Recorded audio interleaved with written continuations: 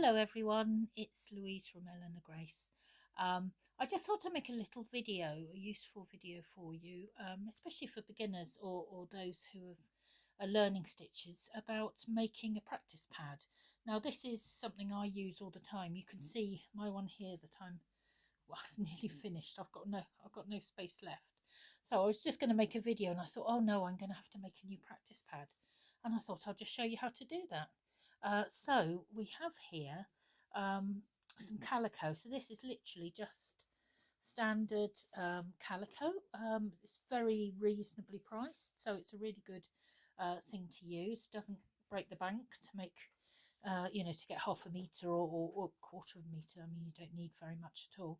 And I've cut out a piece of white felt as well, which you can see here. I've cut the calico more or less to size. And then with no wastage, I've got the little salvage edge here, so I'm just going to cut that off. Now my mum usually makes these for me, and she makes them beautifully. She's a quilter, so she does this beautiful, very neat, all cut with a rotary cutter, and I just cobble them together. But I take a lot of time on my stitching with this. I just want to get one made and get it ready to go. The simple thing to do is, and unfortunately you can't see because I have got a white thread, so what I might do is just turn it over. I haven't even ironed it yet, but I probably will press that a little bit just so it doesn't get in the way of my stitching. What you want to do is literally just tack with sort of, you can use reasonably stitches, tack all the way around with a running stitch just to keep the two pieces together. So if I show you here, I'm going to come in from that side. I'm not even using anything to hold them together, but I have got, I'm going to have to do another couple of knots on that. I have got quite a long piece of thread because it is going to take a while, quite a lot of thread to get around. I think I've probably made it a bit too long, but I'm just showing this as a very quick thing for you to do. Just do a couple more knots. It's obviously going to go through with this very thin machine thread. So I'm just going to start off and do some running stitches all the way around. Quite big stitches, nobody's really going to see them. You're not going to be worrying about it because you're just using this to practice. So I'm going to run these all the way along and meet back around the other side. So we'll make a start here.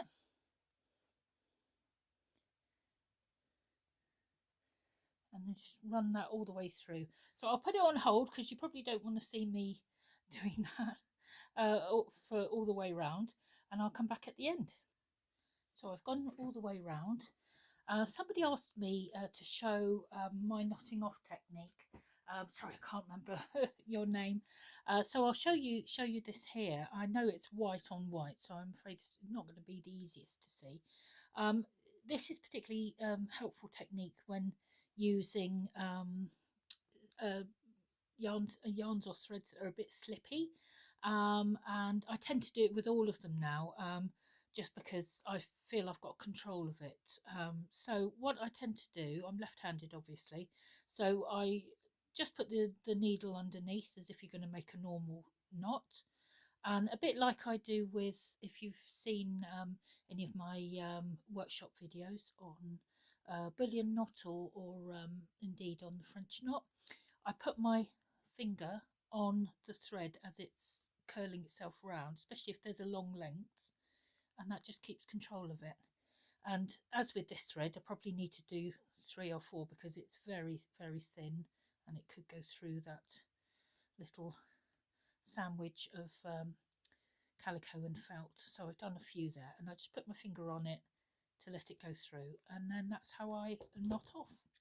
And I will go and iron this before I use it, but the last thing to do is just to check whether I've got a little bit, my felt has slipped as I've sewn it on, so I've got a little bit top and bottom that's either overhanging or not exactly aligned. So what I will do is just trim that off, because you do want as good as a layer as possible.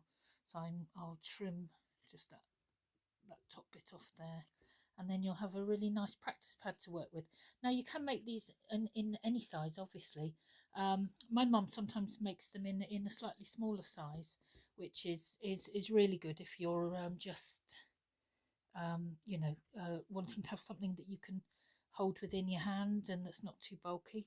But because I make lots of videos usually, although I've been on holiday, so apologies for the big gap, then I thought I'd make myself something big enough. So I've got, plenty of scope to do lots more videos for you. Talking of that, I'm off to make one now. So see you soon. Bye.